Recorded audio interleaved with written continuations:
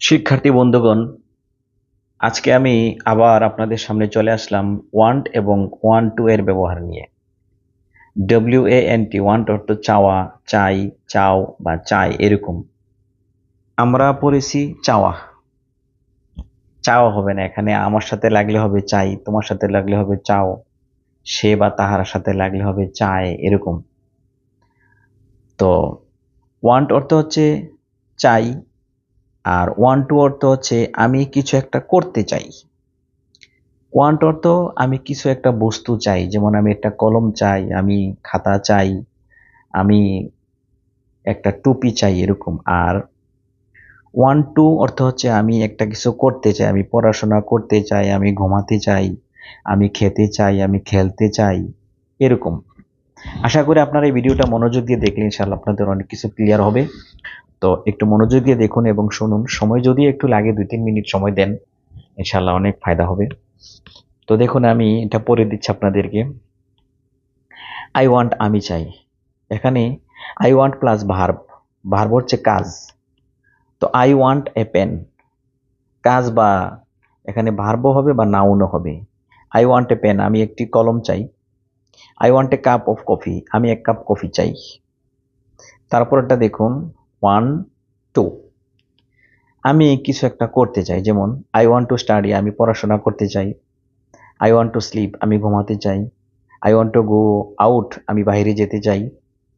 এরকম হয় না যে আপনি ভিতরে অনেকক্ষণ যাবত আছেন, আপনি বাইরে বাইরে যাইতে চাইতেছেন, তো আপনার লোকের পাশের লোকটাকে বলেন I want to go out, আমি বাইরে যেতে চাই, তো উনি বলবে ওকে, যান। তারপরটা দেখুন, I want to watch TV, আমি টিভি দেখতে চাই। I want two it beef, আমি গরুর গোস্ত খেতে চাই। এখানে বিফের জায়গায় আপনি যদি ভেজিটেবল দেন ভেজিটেবল হবে, মাটন দেন খাসি গোস্ত হবে, চিকেন দেন মুরগির গোস্ত হবে, ফিশ দেন ফিশ হবে। যেমন I want two it fish, আমি মাছ খেতে চাই। বাস, এখানে চেঞ্জ করে দিলে হয়ে যাবে, একদম সহজ। তারপরে দেখুন আরো কয়েকটা বাক্য আছে। আমি চাই তুমি সাবধান হও। I want you to be careful, মানে আমি চাই তুমি হও, এখানে বি ব্যবহৃত হবে।